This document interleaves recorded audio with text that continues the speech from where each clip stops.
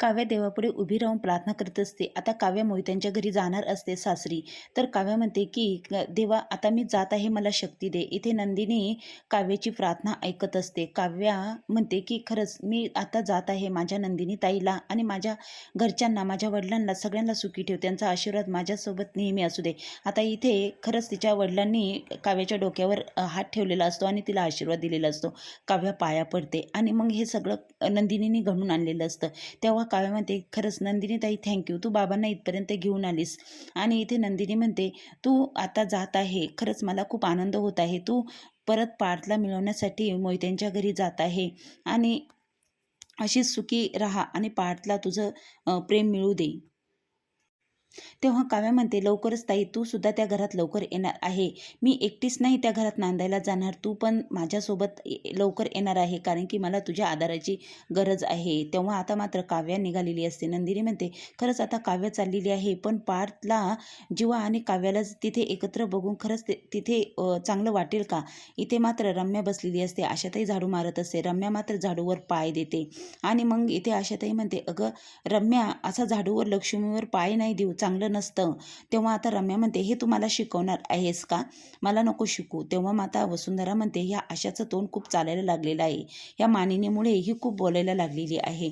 आता मात्र रम्या म्हणते तुला खूप त्या काव्य आणि नंदिनीचं कौतुक करत राहते ना, का त्यांचं एवढं कौतुक करत असते? तेव्हा आता मात्र रम्या म्हणते आता मात्र त्या दोघीही या घरामध्ये नाही आहे, आता त्या येऊही शकत नाही या घरामध्ये. आता मात्र इथे आपलंच राज्य आहे. तेव्हा आता मात्र वसुंधरा म्हणते सारखी त्या मानिनीची चमची आहे, सारखी रील्स दाखवत असते, आता हिचीच एखादी रील्स बनवून आपण व्हायरल करूया, असं रम्या आणि वसुंधरा म्हणतात. आता मात्र इथे रम्या म्हणते की आता ही बघ ना कशी बोलत आहे आणि म्हणते की इथे त्या लवकरच या घरामध्ये येतील. रम्या म्हणते आता मात्र येथे काव्य आणि नंदिनी पुन्हा या घरामध्ये येऊच शकत नाही.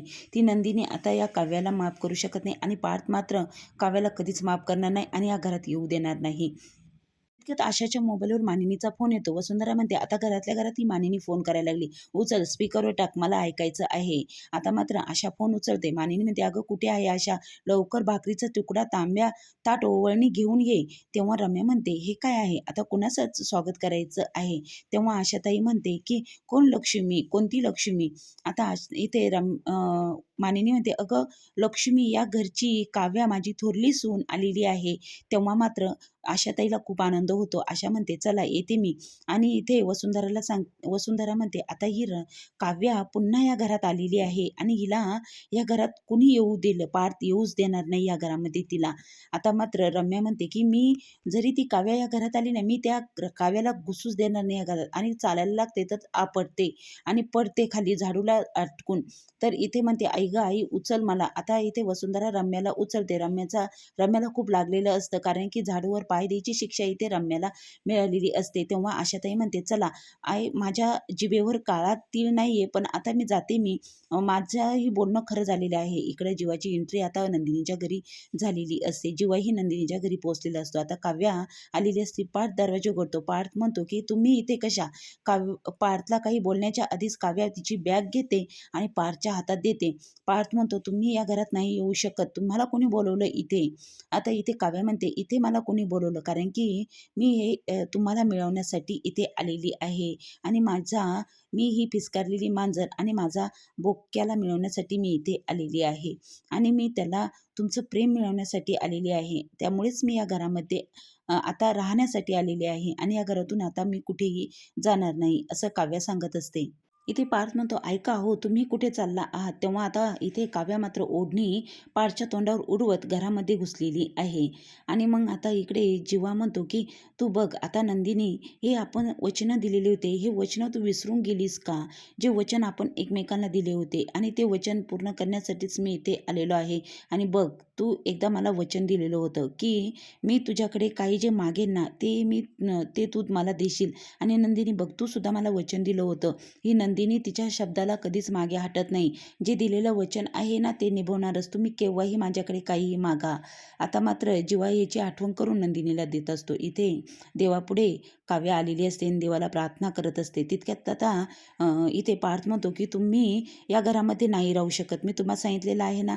तेव्हा आता काव्य म्हणते, हो का? हे तुम्ही मला सांगतायत का? माझ्या डोळ्यात डोळे घालून मला सांगा का मी इथे राहू नको म्हणून. आणि मग इथे पार्थ काहीच बोलत नाही. पार्थ काव्याकडे बघतच नसतो. तेव्हा इथे काव्य म्हणते की सांगा ना, काय काय म्हणत होतात तुम्ही? तेव्हा काव्य इथे पार्थ बोलूही शकत नाही. तेव्हा काव्या म्हणते की थांबा हो देशमुख, तुम्ही थांबा जरा. तितक्यात आता मानिनी इथे बाबांना घेऊन आलेली असते. तर म्हणते की बघा ना हो, कोण आले आहे इथे. तेव्हा सगळे ते आई बाबा तिथे खाली आले असतात. तेव्हा काव्या म्हणते, हे बघा मी आलेले आहे. आता काव्या मात्र ते इथे घरात पोचलेली असते आणि आईबाबांना खूप आनंद झालेला असतो. मानिनी म्हणते, आता मात्र बाबा म्हणतात की अरे माझी सून काव्या इथे आलेली आहे. आत्ता मात्र काही खरं नाही. आणि मग आता या घरामध्ये तुझं स्वागत आहे. आज मात्र सगळं काही काव्याच्या आवडीचं होणार आहे. तेव्हा आता सगळे एकत्र जमलेले असतात. पार्थचं कुणीच ऐकून घ्यायला तयार नसतात. पार्थ काहीतरी बोलायला जातो. तेव्हा पार्थ म्हणतो की ऐका तरी तुम्ही माझं. तेव्हा मानिनी म्हणते, तू शांत बस रे, तू नको मधी बोलूस. आता मात्र माझ्या सुनेचं आवडायचं सगळं मी करणार आहे. तेव्हा इथे बाबासुद्धा म्हणतात की आज मटणाचा बेत होऊन जाऊ द्या. तेव्हा तितक्यात आता पार्थ बोलून जातो की काव्याला मटण आवडत नाही, चिकन आवडतं. तेव्हा सगळेजण म्हणतात की हो, काव्याला चिकन आवडतं. आता मात्र मस्तपैकी बेत व्हायला हवा. तेव्हा मात्र इथे पार्थ म्हणत असतो की हे सगळं तुमचं काय चाललेलं आहे. तेव्हा काव्य म्हणते की अहो धनी, असं काय करता तुम्ही, ऐका जरा माझं. तेव्हा आता इथे मानिनी आणि विक्रम हे दोघेही खूप आनंदात असतात, कारण की त्यांची सून घरात पुन्हा आलेली असते. इकडे पार्थ म्हणतो, आता तुम्ही हे काय बोलत आहात, असं हसू नका तुम्ही, अशा हसू नका. तेव्हा काव्याला पार्थच्या बोलण्याचं हसू येत असतं.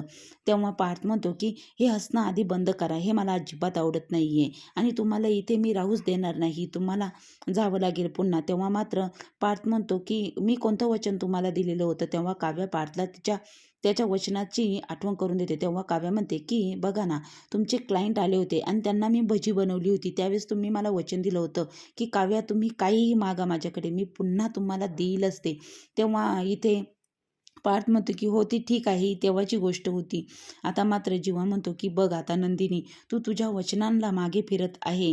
तू वचन दिलं होतंस ना. नंदिनी म्हणते, हो वचन दिलं होतं, पण तुम्हाला इथे राहण्याचं वचन नव्हतं दिलं, तुम्ही इथे नाही राहू शकत. तेव्हा आता जीवा म्हणतो की नाही, आत्ता मात्र मी तुला इथं, तू जोपर्यंत माझं ऐकत नाही, जोपर्यंत तू आता पुन्हा घरी यायला तयार होत नाही ना, तोपर्यंत मी इथून जाणार नाही, आता इथेच राहणार आहे, असं जीवा इथे नंदिनीला सांगतो आणि चप्पल काढून आतमध्ये येतो. आता नंदिनी म्हणते, हे काय करत आहात तुम्ही. तेव्हा आता जीवा म्हणतो की हे बघ नंदिनी, आता तू मला घराबाहेर नाही उभं करू शकत, कारण की तू नंदिनी आहेस, तू जे बोलतेस ते करतेस, त्याच्यामुळे तर आता तुला तुझं वचन पाळावंच लागेल. आता जीवा म्हणतो की आता मात्र या घरामध्ये, आणि जीवा म्हणतो की बघ नंदिनी, असं काय करतेस ग तू, तू मला जे वचन दिलं होतंस ते तू पाळणार नाहीस का. तेव्हा आता नंदिनी म्हणते की अजिबात नाही, तुम्ही या घरामध्ये राहू शकत नाही, हे काय तुमचं बळजुबरी आहे, तुम्ही इथून आत्ताच्या आत्ता जा, असं नंदिनी सांगत असते. नंदिनी म्हणते, तुम्ही कितीही प्रयत्न केला ना तरी मी या घरात तुम्हाला येऊ देणार नाही. तितक्यात आता नंदिनीची आई तेथे आलेली असते. तेव्हा नंदिनी दार बंद करायला जाते आणि आई म्हणते, काय जावई बापू तुम्ही केव्हा आला. तेव्हा आता इथे जीवा म्हणतो की हो आई, तो आत्ताच आलो. आरुषी गेली का हॉस्टेलला, तिचं ॲडमिशन झालं का नीट व्यवस्थित, असं जेव्हा आईला विचारतो. आई म्हणते, या ना जावई बापू आतमध्ये. तेव्हा आता जेव्हा म्हणतो, येतच आहे चला ना. तर आता जेव्हा म्हणतो की नंदिनीला माझी बॅग घेऊन ये, आणि नंदिनी ही जीवाची बॅग घेऊन आतमध्ये निघते. पण नंदिनी म्हणते, मी का यांची बॅग घेऊ, आणि नंदिनीच्या पायाला बॅग लागते. इकडे काव्या मात्र म्हणत असते की धनी, हे बघा ऐकून घ्या माझं, मी काय सांगत आहे तुम्हाला, तुम्हाला आठवत नाही का हो, अहो तुम्ही टॉप आर्किटेक्टपैकी एक आहात आणि तुम्हाला तुमचं वचन नाही आठवत. इथे मानिनी म्हणते, हे सगळं जाऊ दे, मला सकाळपासून वाटत होतं कोणीतरी पाहुणे येणार आहे. अरे सकाळपासून कावळा कोकत होता ना, त्यामुळेच मला असं वाटत होतं की पाहुणे येणार आहे, आणि मला असं वाटत होतं की काव्याच येणार आहे. आई बघ, तुला सगळं माहिती होतं, आता तू खोटं बोलू नकोस. तेव्हा मात्र विक्रम म्हणतो की हे बायांच्या पोटामध्ये काही राहतच नाही, आता सांगून टाक सगळं खरं. आता मानिनीला माहिती होतं की काव्या घरी येणार आहे. विक्रम म्हणतो, आज मात्र मटणाचा नाही चिकनचा बेत होणार आहे, कारण की आज माझी सून परत आलेली आहे आणि काव्याच्या आवडीचं पदार्थ होणार आहे. तेव्हा इथे पार्थ म्हणतो, हे काही होणार नाही, बघा तुम्ही. आता इथे आता रम्या म्हणते की मी काव्याला अजिबात घरात येऊन देणार नाही आणि पार्थ म्हणतो की आता कोणतं वचन. इथे काव्या म्हणते की बघा आता मी तुमचं प्रेम मिळवल्याशिवाय इथून जाणार नाही. आता पुढील भागामध्ये येथे नंदिनीचे वडील मात्र जीवाला घराच्या बाहेर काढून देतात. अजिबात तू इथे राहायचं नाही. नंदिनी जोरात ओरडते जीवा म्हणून. आता पुढील भागामध्ये खरंच नंदिनी जीवाला इथे राहू देईल का? पुन्हा जीवाला घरामध्ये घेऊन येईल का?